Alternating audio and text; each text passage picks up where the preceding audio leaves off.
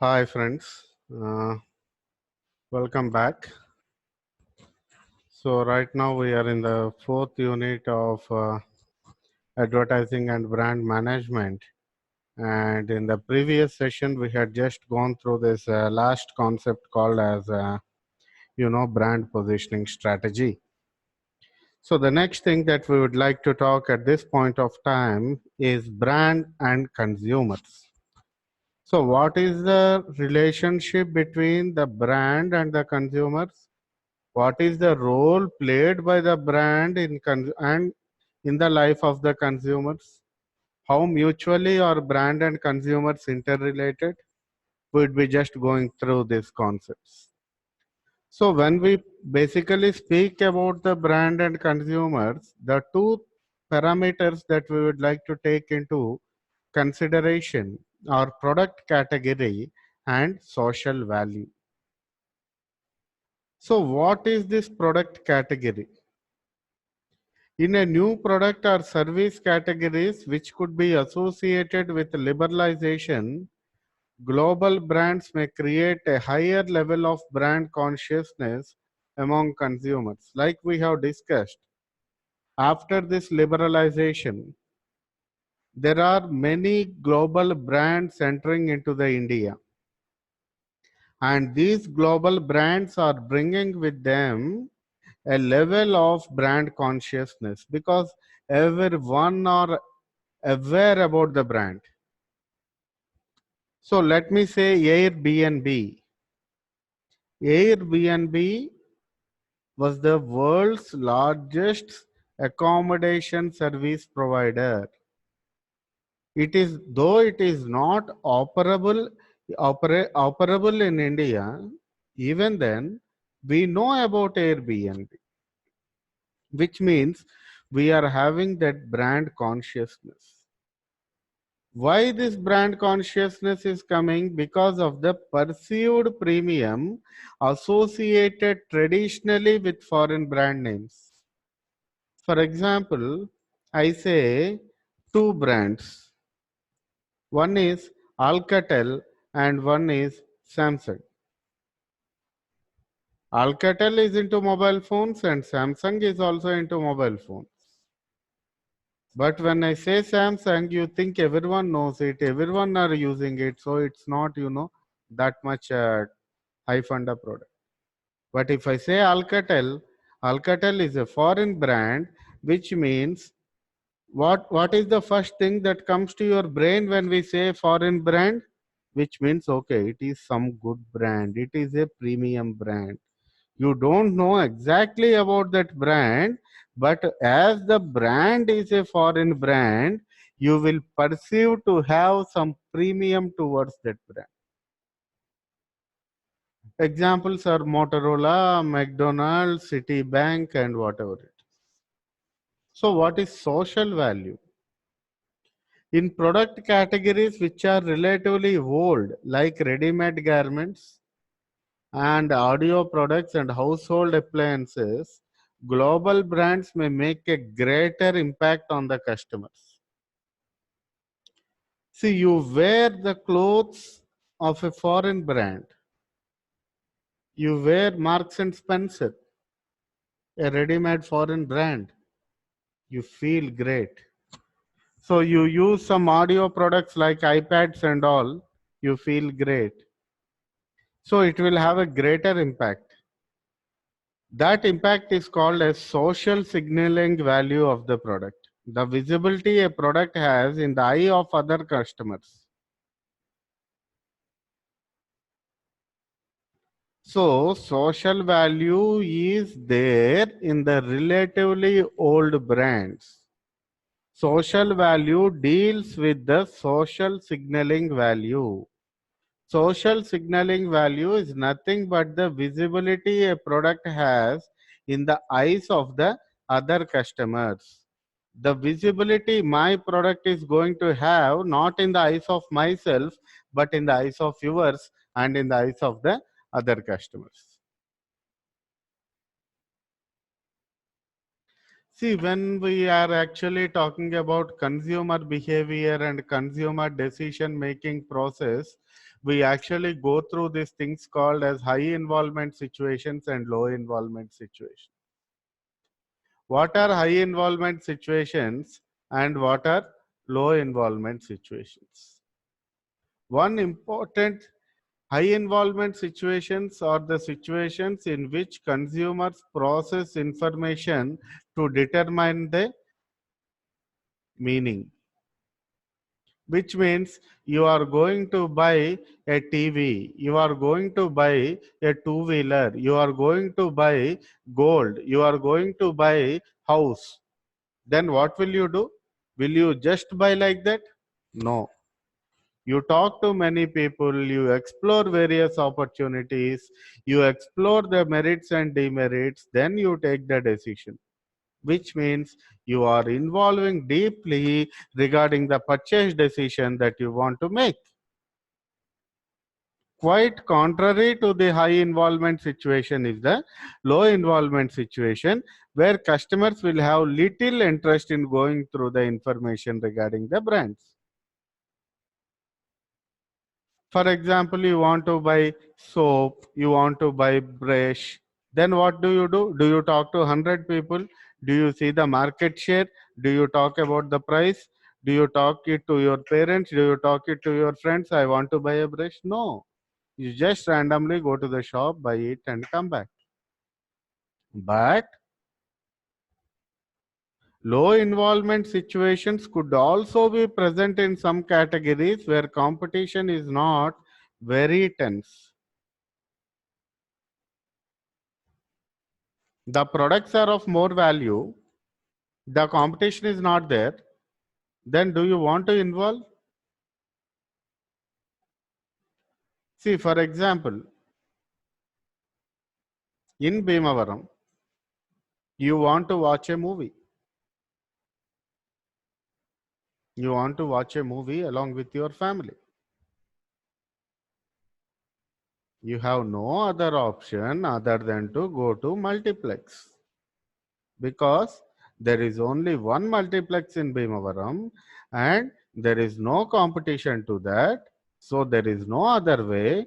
If you want to go with your family and children to watch a movie peacefully, enjoy shopping and everything at a single shot, at a single place, there is no other option other than to go to multiplex.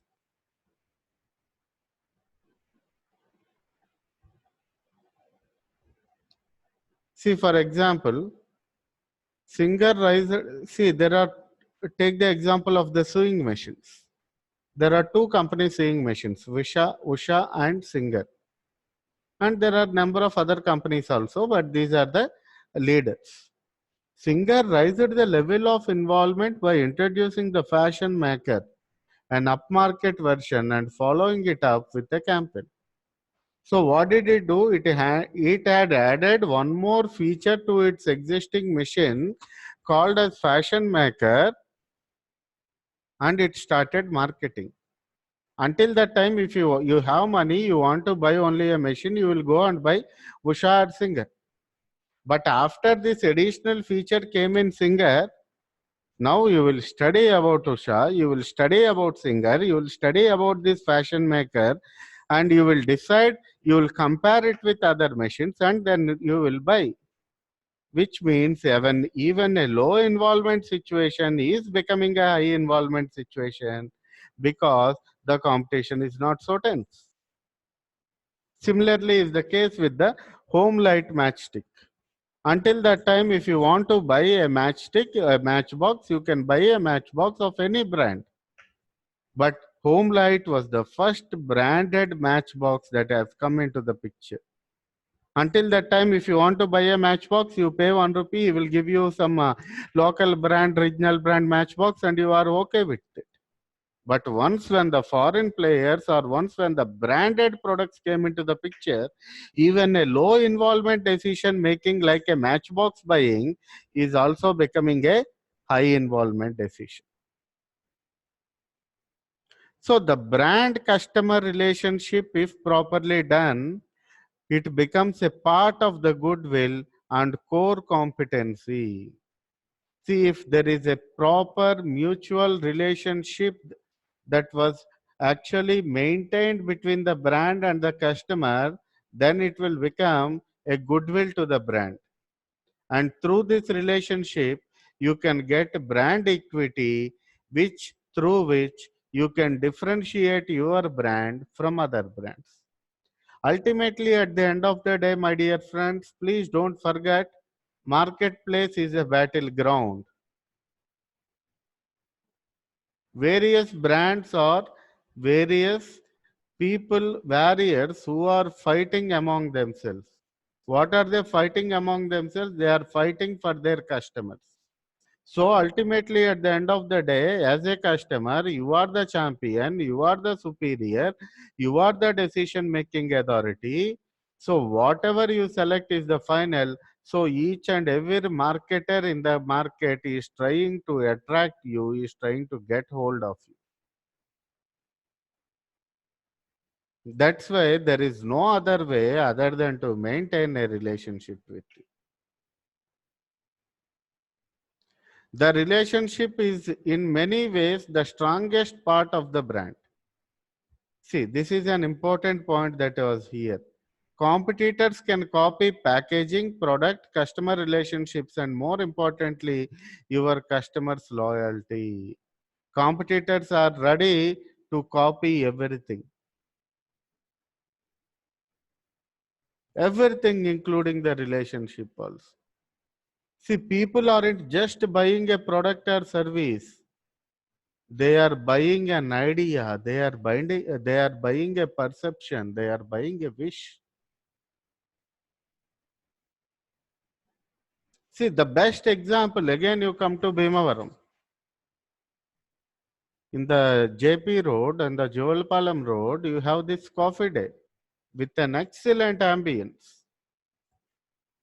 But do you see any time that it is being flooded with the customers? No. On the other hand, there is this one more bakery called as Hotlines, which was always flooded with customers. Or Choco Dew, always flooded with customers.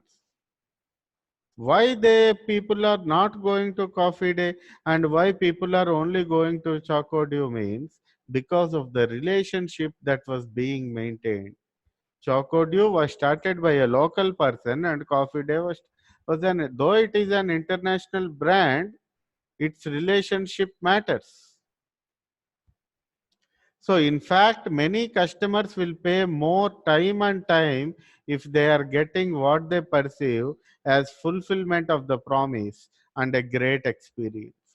Apple is the best example.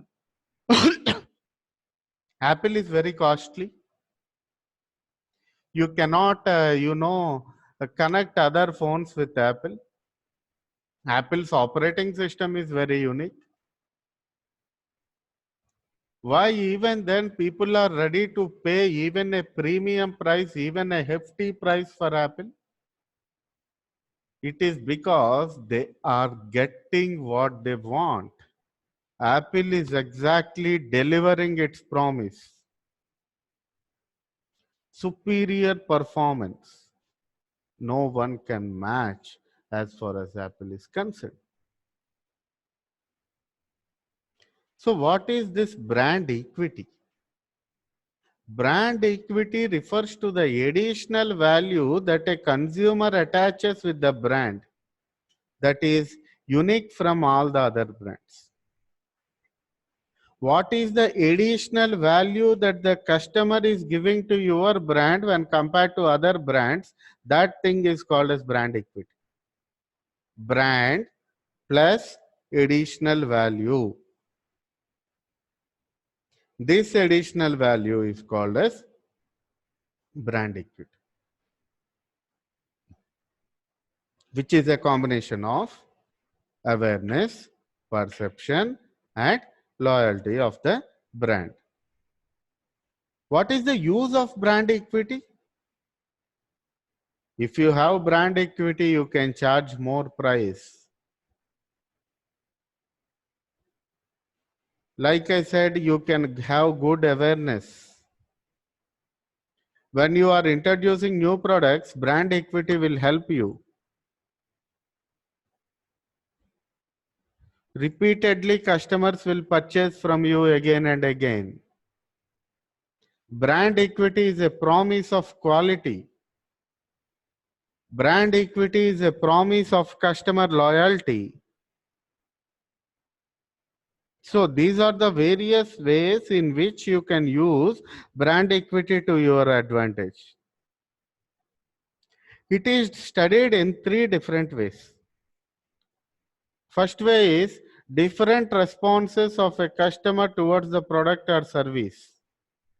The way customer thinks about the brand and considers it to be different from other brands will generate a positive response. For example, I'll tell customers have a positive response towards Mac laptops because of its antivirus software. See, Mac laptops will come with a inbuilt antivirus software which is more superior than whatever you buy in the market. So in that way, Mac is differentiating itself from its other brands, and through this free inbuilt antivirus software, customers are getting brand equity on Mac. The second one is brand knowledge. How much do customers know about the brand? What is this brand stand for? What are the feelings of this brand? What is the information of this brand? What are the experiences of this brand? What are the thoughts of this brand? Such as in example, Woodland is recognized by rough and tough styling. You use Nokia 1100, rough and tough. You can use however you want, nothing will happen. You use Apple, rough and tough. So every brand has certain unique values. Every brand will give you certain feelings. Dairy Milk, celebrations. Dairy Milk gives you the mood of celebration. And the different customer response that adds to the brand value depends solely upon marketing of a brand. How do you market a brand? Like I said, this example I used to give you again and again. At the time of floods in Mumbai, where entire Mumbai is flooded, where people are facing a lot of problems in their homes, surrounded by water, there was no food to eat. They are only confined to the upper portion of the building, eagerly waiting for some help. Then you see suddenly a boat coming up, and in that boat they are carrying a food packets. How do you feel? You feel so fortunate. You feel so blessed. You feel so obedient. You feel so faithful. And imagine on that boat if there is a name written as Ola. What a superior way to market a brand. What is Ola doing? It is just helping the people who are in case of some need. But you will not forget that help throughout your lifetime, and the brand equity which Ola is getting because of that small gesture of humanity will make some irrevocable impression on the customers.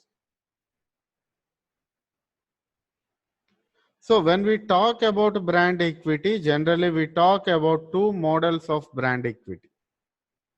The first model is Keller's brand equity model. It is also known as customer based brand equity model, CBBE model. Actually, Keller was a marketing professor at the Tuck School of Business at Dartmouth College. He developed this model and published it in his textbook, Strategic Brand Management. So according to this model, if you want to build a strong brand, you must know how customers think and feel about your product. How do they think and feel about your product? You have to make sure that customers will have right experiences about your brand. which means when you have strong brand equity, customers will buy more and more from you. They will recommend about your brand to the people, and they are more loyal, and they will never go to the competitors.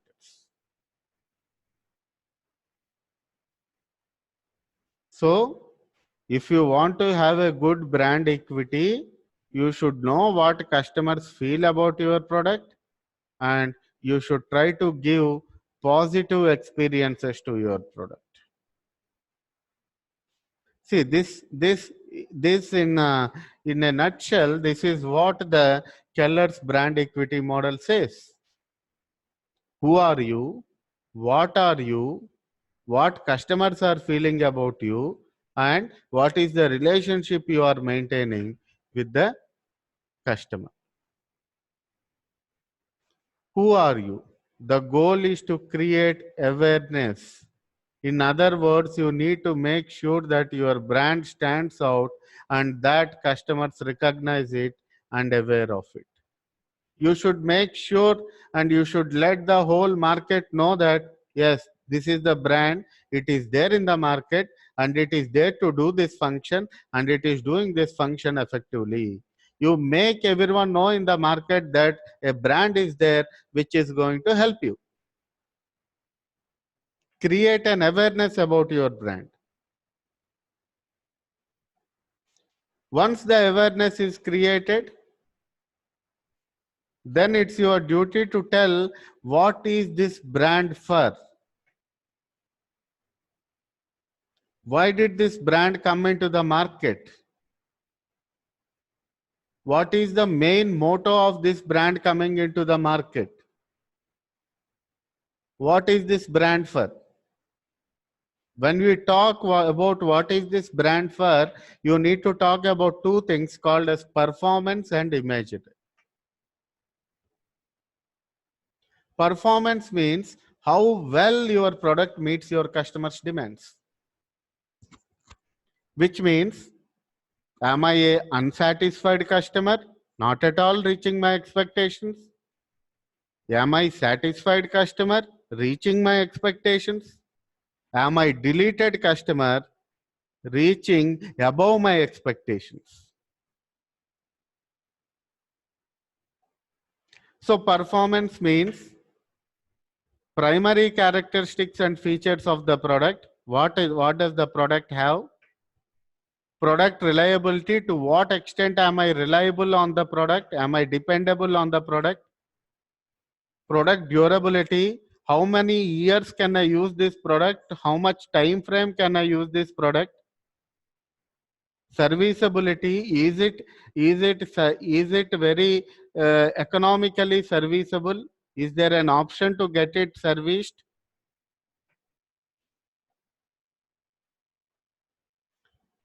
Efficiency and empathy, how efficiently is it working? How empathetic is it towards my needs and needs? How stylish is the product looking in its design? And of course, what is the price? So all this comes under performance. And then comes imagery. Performance means we are talking at the physical level, and imagery is the thing where we are talking at the social and psychological level. At an intrinsic level, when we talk, that is called as imagery. How much did it satisfy you psychologically? How can you know that it has satisfied you psychologically? You are overwhelmed with its working.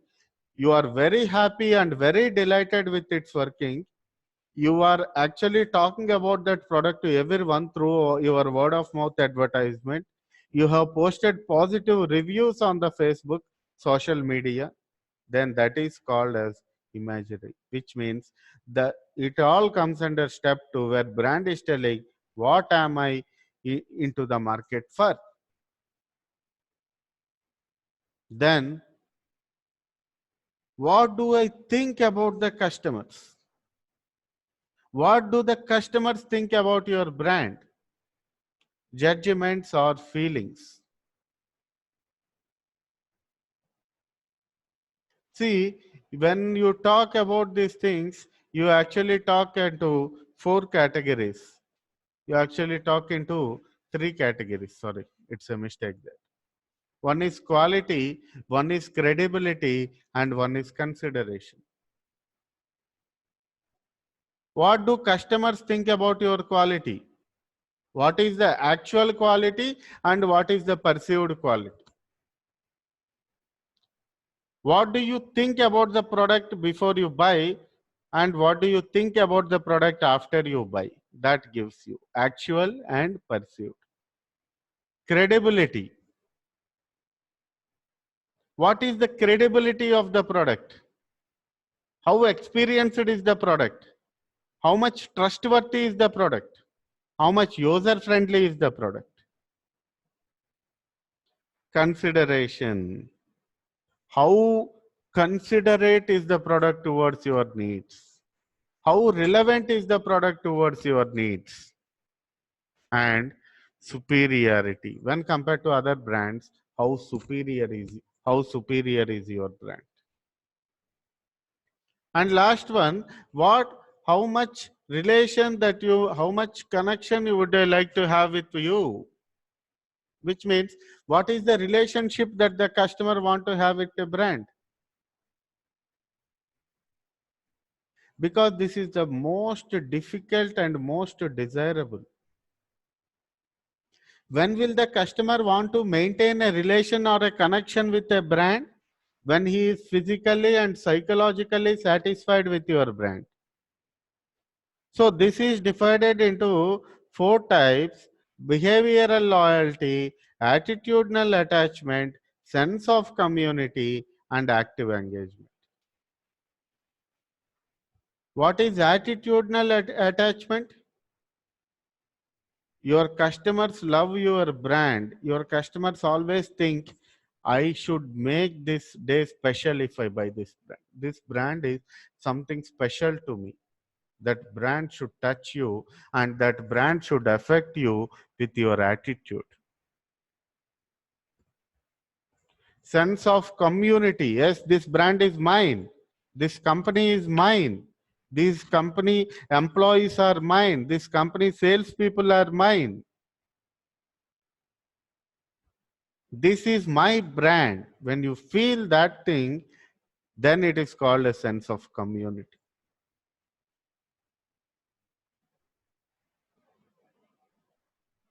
Active engagement. This means brand loyalty. Customers are actively engaged with your brand, even when they are not purchasing or not consuming it also.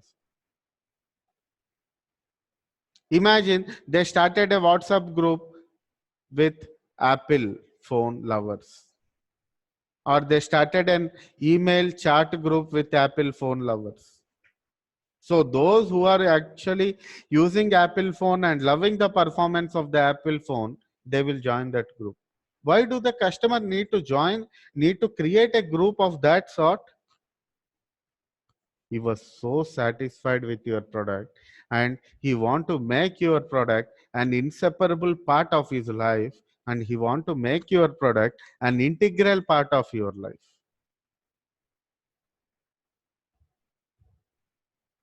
So this is what Keller says. Now there is the second model called as Acker. Acker primarily sees brand equity as a combination of 8 to 12 elements. But all these 8 to 12 elements fall only under four categories. Brand as a product, which means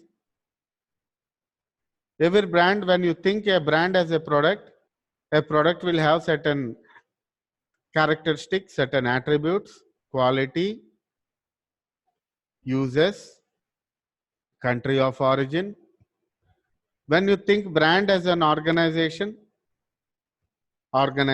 culture, global activities. If you think brand as a person, personality, relationship. If you think brand as a symbol, so what is the audio of that brand? What is the visual thing that you can see? And what is the heritage of the brand? So when I talk about brand inside and outside, I'm going to talk about brand identity and brand personality. Inside is brand identity. If you go deeply into a brand, deeply into the brand, it is the identity of the brand. It captures that which you would like to become, giving the organization something to aspire. What is the identity of a brand? What do you want to become? What does the brand want to become, and or what does the organization want to become?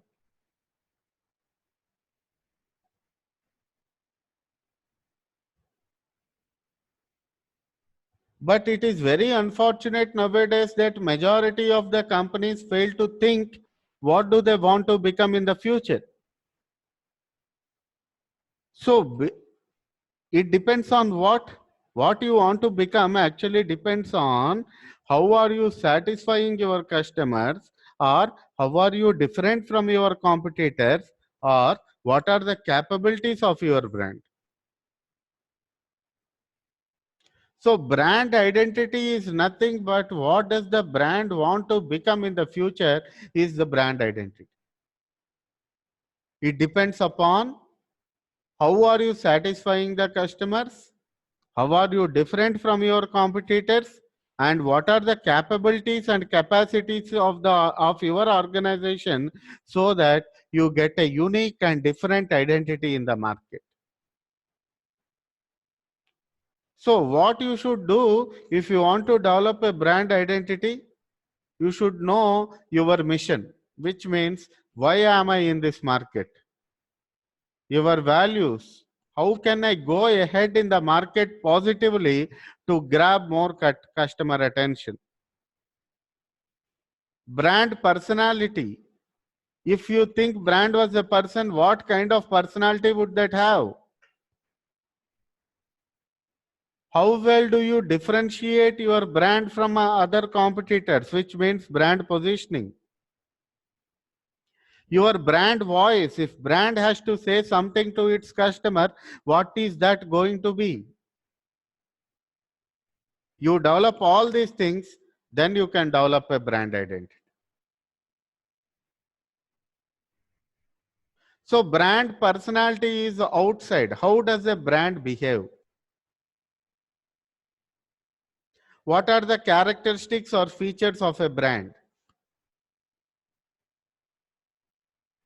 When brand image or brand identity is expressed in terms of human traits, it is called brand personality. Simple example.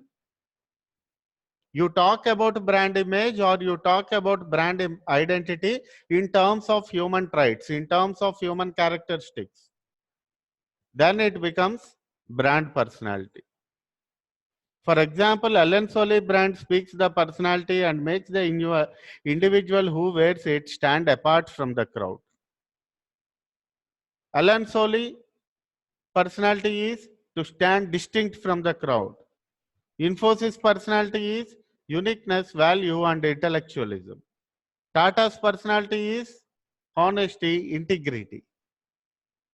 A brand is expressed either as a personality who embodies these personal traits. For example, for Airtel, Shah Rukh Khan, and for your Harpic detergent, Abbas. So this is called as brand personality. So with this, we end this fourth unit, which actually covers the basic fundamentals of the brand. And at the same time, this also covers some unique and very important concepts as far as we come to this brand management in this subject. So with this, we end this fourth unit. Please go through it. This is a very important unit. Kindly go through it. Kindly go through the other material also if possible, or the net or from the library. Try to gain as much insights as you can. because this is a very important unit. All the best. Go through it. Thank you for your time. Wish you all a great day ahead.